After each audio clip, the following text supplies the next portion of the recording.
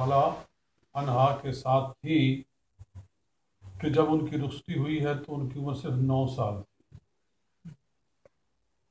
اور حضور صلی اللہ علیہ وسلم کی عمر اس وقت 50 سال تھی۔ تو اتنی چھوٹی عمر کی ایک نابالغہ بچی کے ساتھ کیوں شادی کی؟ یہ تو گویا اس لڑکی کے ساتھ ایک طرح کی زیادتی ہے۔ تو ایسے ہے ویسے ہے، فضول لوگ بناتے باتیں کرتے ہیں اور مسلمانوں کا جو ایمان ہے نبی علیہ الصلوۃ والسلام کے ساتھ اس کو کمزور کرنے کی کوشش کرتے ہیں۔ اور یہ ایمان کا رشتہ ایسا ہے، اسی کی بنیاد پر ہمارا ایمان مضبوط ہے۔ نبی علیہ الصلوۃ والسلام سے جتنا ہمارا کنیکشن مضبوط ہے، محبت کا، الفت کا، پیار کا، عقیدت کا، احترام کا، جتنا یہ رشتہ مضبوط ہے اتنا ہمارا ایمان مضبوط ہے، اتنا ہمارا دین مضبوط ہے۔ اور جیسے ہی یہ رشتہ کمزور پڑتا ہے تو اسی لحاظ سے حساب سے ہمارا دین بھی کمزور ہو جاتا ہے۔ علامہ اقبال علیہ الرحمہ نے بڑا خوب کہا ہے، بمصطفیٰ برساں خیشرا کے دی ہماؤس اگر بہور رسیدی تمام بول حافظ، کہ اپنا رابطہ جناب محمد مصطفیٰ صلی اللہ علیہ وسلم سے مضبوط سے مضبوط تر بناؤ کہ دین آپ کی ذات کا ہی نام ہے۔ دین ہماؤس، دین سارے کا سارا حضور ہی ہے۔ میرا دین بھی تو، میرا ایمان بھی تو، میرا مصحف کلمہ قرآن بھی تو نبی علیہ الصلوۃ والسلام ہی سب دین ہے۔ تو لہٰذا اس بارے میں کوئی سوال، کوئی خدشہ، کھٹکا، قلق ذہن میں پیدا ہو جائے تو وہ ایمان کے لیے مہلک بن جاتی ہے۔ میں اس لیے اس بات پر تھوڑی سی بات کرنا چاہتا ہوں۔ تو عرض یہ ہے کہ اگرچہ عمر ان کی اس وقت 9 برس تھی، حدیث کے مطابق آپ کی عمر اس وقت 9 برس تھی، جناب حضرت سیدہ عائشہ صدیقہ ام المومنین رضی اللہ تعالیٰ عنہا کی، مگر وہ بالغہ تھی، سمجھدار تھی، گھر کے نظام کو سنبھال سکتی تھی۔ تو ان کا رشتہ حضور صلی اللہ علیہ وسلم کے ساتھ ہوا، ان کی اپنی مرضی کے ساتھ، ان کے والدین کی مرضی کے ساتھ، خاندان کی مرضی کے ساتھ۔ اس میں کسی طرح کے لحاظ سے کوئی جبر نہیں تھا، نہ والدین پر نہ بچی پر۔ سب نے اپنی خوشی، رضامندی اور عقیدت و احترام کے ساتھ یہ رشتہ قائم کیا۔ تو پھر کسی کو اعتراض کرنے کا حق کیا ہے؟ سمجھ میں آتی بات کہ اعتراض کہاں کرتے ہیں۔ اور اس کی دلیل کہ وہ بالغہ تھی وہ یہ ہے کہ دیکھو، میں نے ایک ڈاکٹر کی تحقیقی رپورٹ پڑھی تھی، ایک ماہنامہ تھا اہل حدیث، ایک کتاب کا نام تھا، دہلی سے وہ چھپا ہوا تھا۔ اس کے اندر ایک ڈاکٹر کی رپورٹ لکھی ہوئی تھی کہ دنیا کے ممالک کی 3 قسمیں کر لیں۔ ایک وہ ہیں جو بہت گرم ہیں، ایک علاقے بہت گرم ہیں، کچھ علاقے بہت ٹھنڈے ہیں، اور کچھ معتدل ہیں، نہ گرم ہیں نہ ٹھنڈے ہیں۔ جن علاقوں میں بہت گرمی ہوتی ہے، سارا سال گرمی پڑتی رہتی ہے، وہاں لڑکیاں جلد بالغ ہو جاتی ہیں اور ان کو 9 سال کی عمر میں ہی حیض آنا شروع ہو جاتا ہے۔ موسم کے اثرات ہی ایسے ہوتے ہیں کہ ان کو 9 سال میں وہ بالغہ ہو جاتی ہے، ان پر نماز فرض ہو جاتی ہے۔ اور جو علاقے معتدل ہیں، گرمی بھی زیادہ نہیں، ٹھنڈک بھی زیادہ نہیں، تو وہ 16 سال 17 سال میں بالغ ہو جاتی ہیں وہ بچی ادھر کی۔ اور جو بہت ٹھنڈے علاقے ہیں جیسے یہ یورپ ہے، تو یہاں جو انہوں نے کہا اس سے بھی تھوڑا سا زیادہ بتایا انہوں نے، کوئی 20 کے قریب بتایا۔ مختلف یعنی ایجز کے اوپر ماحول ہوتا ہے۔ یہ جو سعودی عرب کا علاقہ ہے، آپ کو پتہ ہے کہ یہ گرم ترین علاقوں میں سے ہے۔ یہ حجاز مقدس، مکہ پاک، مدینہ طیبہ، یہ گرم ملک ہے، وہاں گرمی اکثر بیشتر رہتی ہے۔ تو وہاں اگر کہا جائے کہ لڑکی 9 سال کی بالغ ہو سکتی ہے تو یہ کوئی بات ناقابل قبول نہیں، قابل قبول ہے. اس لیے ہم کہہ سکتے ہیں کہ یہ جو رشتہ ہوا تھا، یہ جو شادی ہوئی تھی، یہ نابالغی میں نہیں ہوئی تھی بلکہ بلوغت کی حالت میں ہوئی تھی. اور بلکہ یہ جو اعتراض کرتے ہیں ان کو سوچنا چاہیے کہ یہ جو ہمارا یہ برطانیہ ہے، یہ انگلینڈ ہے، یہ یہاں کی رپورٹس آتی رہتی ہیں اخباروں میں، ریڈیو میں، ٹی وی پر. یہاں لڑکیاں 9 سال کی حاملہ ہو رہی ہیں. کیوں جی، آپ نے بھی کوئی ایسی رپورٹ پڑھی ہوگی، سنی ہوگی، دیکھی ہوگی کہ 9 سال کی لڑکیاں یہاں بالغہ ہو جاتی ہیں. بلکہ ایک آدمی تھا گورا، اس کا میں نے اخبار میں تذکرہ پڑھا تھا کہ اس کی 2 بچیاں دونوں ہی، ایک 9 سال کی بالغہ ہو گئی، حاملہ ہو گئی، اور ایک قریباً 9-10 کے درمیان میں، یعنی یہی 9-10 سال عمر تھی تو دونوں حاملہ ہو. اور وہ سر پکڑ کے بیٹھ گیا تو وہ کہتا کہ مجھے سمجھ میں نہیں آ رہی کہ میری بچیوں کے ساتھ کیا ہو کیا ہو رہا ہے، کیونکہ یہاں ماحول ہی ایسا ہے، معاشرہ ہی ایسا ہے، کوئی رکاوٹ نہیں، کوئی ایسا نہیں.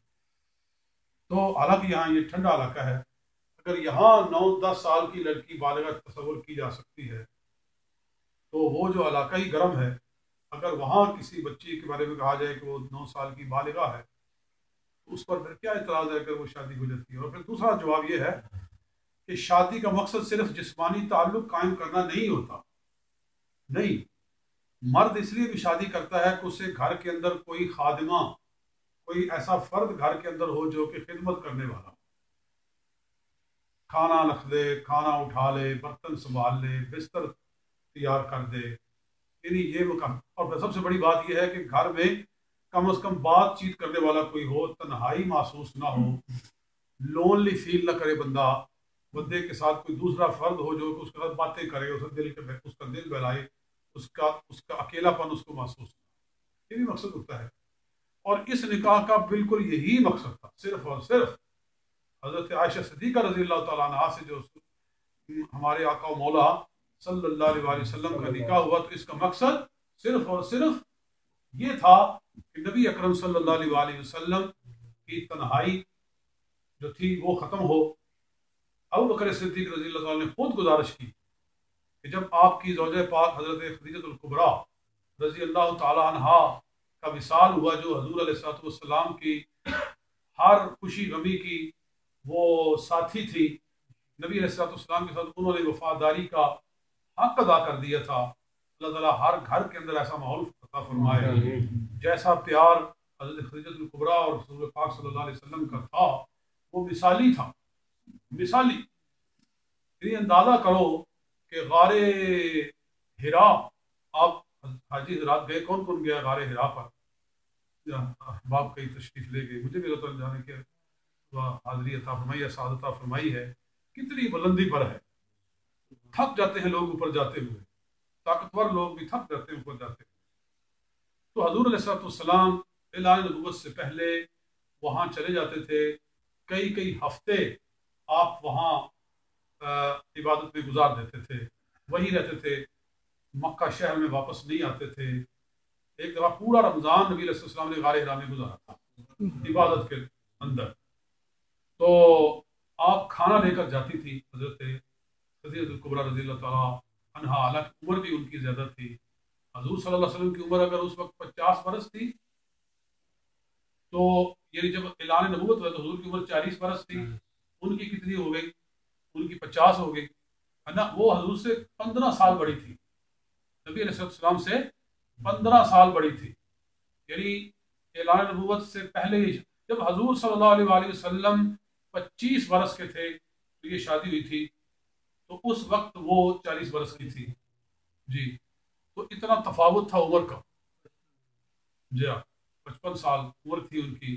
تو آپ اندازہ کر لو اس عمر کی وہ تھی، لیکن حضور صلی اللہ علیہ وسلم کے لیے کھانا لے کر وہاں اوپر جاتی تھی، کافی دیر وہاں بیٹھی رہتی تھی، کئی گھنٹے حضور صلی اللہ علیہ وسلم کے پاس بیٹھی رہتی تھی.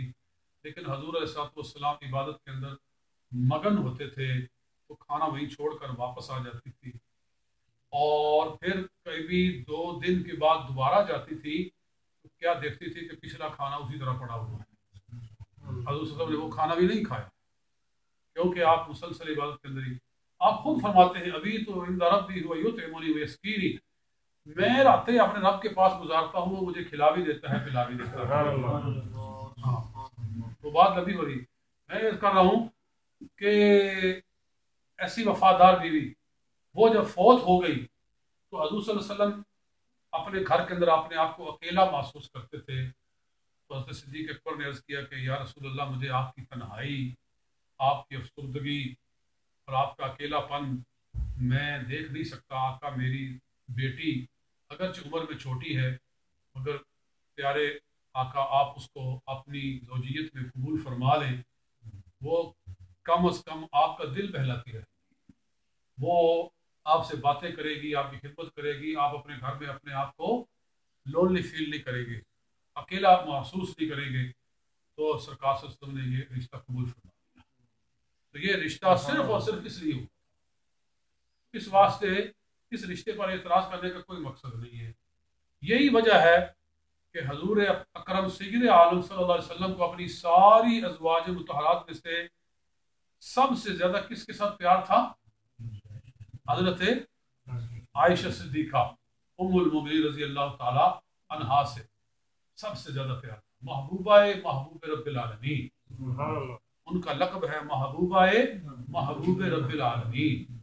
جی نبی علیہ الصلوۃ والسلام جب عمر کے آخری حصے میں پہنچے، بیماری بڑھ گئی، حضور علیہ السلام نے ساری ازواج کو اکٹھا کر کے فرمایا کہ اے میری بیویوں، جب میں صحت مند تھا تو میں آج رات ایک کے پاس، دوسری رات دوسری بیوی کے پاس، تیسری رات تیسری بیوی کے پاس، میں سب کے پاس باری باری جاتا تھا، میں نے کبھی کسی کے ساتھ زیادتی نہیں کی ہے۔ تو اب میں اپنے آپ کو کمزور محسوس کرتا ہوں، اب میں نہیں جا سکتا سب کے پاس، اگر تم ساری مجھے اجازت دے دو تو میں اب باقی جو ایام ہیں، جب تک کہ میری ایام ہیں یا میری جو صحت نہیں ہوتی، میں اپنے بیماری کے جو ایام ہیں، دن ہیں، وہ عائشہ صدیقہ کے گھر میں گزار لوں، اگر تم اجازت دو۔ لیکن یہ بھی پتہ چلا کہ اپنی بیویوں کے ساتھ کس طرح سلوک ہونا چاہیے۔ نبی پاک صلی اللہ علیہ وسلم مختار ہیں، مالک ہیں، آپ جو چاہے نہ بھی آپ اجازت لیتے اپنی ازواج سے تو آپ پر کوئی اعتراض نہیں تھا۔ اللہ خود فرماتا ترجی من تشاء منہن وتؤوی الیک من تشاء، اے پیارے نبی تو جس بیوی کو چاہے قریب کر لے، جس کو چاہے دور کر دے، تجھ پر کوئی اعتراض نہیں۔ اللہ نے خود حضور صلی اللہ علیہ وسلم کو اختیار عطا فرما دیا، جسے چاہو قریب کرو، جسے چاہے دور کرو، آپ کو اذن ہے۔ لیکن حضور صلی اللہ علیہ وسلم پھر بھی ساری بیویوں سے اجازت مانگ رہے ہیں اور سب راضی خوشی اجازت دیتی ہیں کہ آقا آپ مختار ہیں، آپ جہاں چاہیں اپنے جو ہے آرام کا آپ خیال فرمائیں۔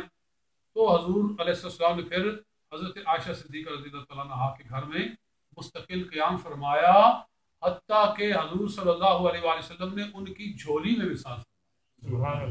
حضرت عائشہ کی جھولی میں حضور صلی اللہ علیہ وسلم کا وصال، جب حضور صلی اللہ علیہ وسلم کا وصال ہوا تھا تو حضرت عائشہ فرماتی ہے میں پیچھے بیٹھی ہوئی تھی اور نبی علیہ السلام کے جسم مبارک کو میں نے سہارا دیا ہوا تھا، وہ میری جھولی میں تھے، اور نبی علیہ السلام نے مسواک کیا تو مسواک آپ کو سخت محسوس ہوئی، تو میری طرف مسواک کیا، عائشہ اس کو نرم کر کے دو، تو میں نے اس مسواک کو لے کر اپنے دانتوں میں چبایا، اچھے طریقے سے اس کو میں نے نرم کیا اور نرم کر کے میں نے آقا صلی اللہ علیہ وسلم کی بارگاہ میں پیش کیا۔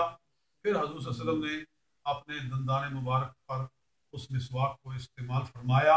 آپ فرماتی تھی میری خوش قسمتی ہے کہ جب حضور صلی اللہ علیہ وسلم دنیا سے وصال فرمانے والے تھے تو میرا لعاب اور نبی پاک کا لعاب آپس میں مکس ہو گیا۔ جی یہ محبت کی دلیل ہے۔ تو حضور ان سے سب سے زیادہ محبت فرماتے، جب حضور ان سے اتنی محبت فرما رہے اور وہ حضور پر اتنی جان قربان کر رہی ہے تو کسی کو اعتراض کرنے کا اور باتیں بنانے کا کوئی حق ہے؟ یہ بالکل بکواس ہے۔ آپ ان باتوں کو ذہن میں رکھیں اور نبی علیہ السلام سے اپنی محبت کے رشتے کو مضبوط کر رکھیں۔ اور بھی اس پر باتیں ہو سکتی ہیں لیکن کوتاہ ساز قصہ دور و دراز واعظ بیان شوق و پائے نبی رسد، کوتاہ ساز قصہ دور و دراز۔ دعا کریں۔